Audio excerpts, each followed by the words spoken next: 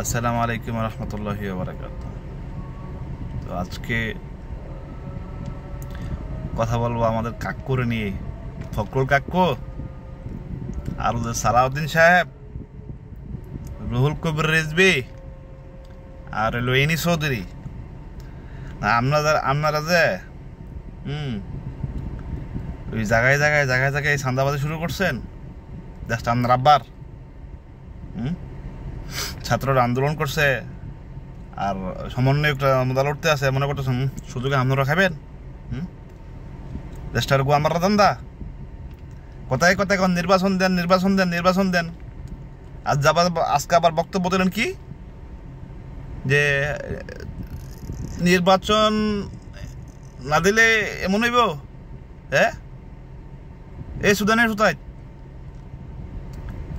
এই সাদাবাজার বংশ সুতমানের সুতাই ধরা এমনি না গেলে তোর সেই শিক্ষা পাইতি না।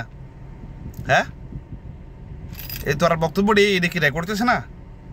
তোরা নির্বাচন দিবি হামতা বাপরে বারে আলো হাসিনা তো হয়ে গেছে। হ্যাঁ তখন করে হাইতো আর 18 কোটি জনগণ সবাই কিন্তু আগে কিন্তু বিএনপি করতো।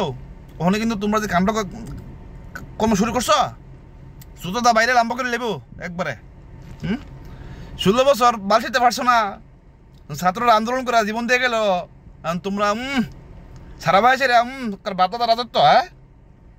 এ সালার সুতাই আর কইতাছিল যিনি আদর্শের প্রতীক তো কইলেও সরম।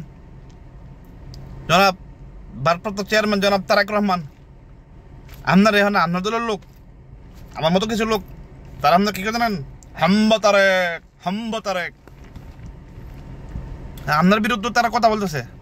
আপনি কথা কন না করে এদের সামাল দেন না করে। এই বাতের জন্য মানুষ মরে, হাসি দিলে মানুষ মরে, সাদা না দিলে মানুষ মরে, জীবনের কোনো ভ্যালু নাই।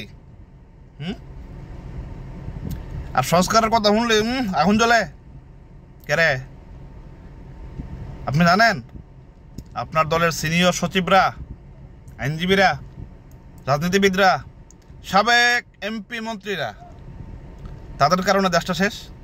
তাদের কারণে আপনার মরহুম শহীদ বাবা প্রেসিডেন্ট জিয়াউর রহমানের আদর্শ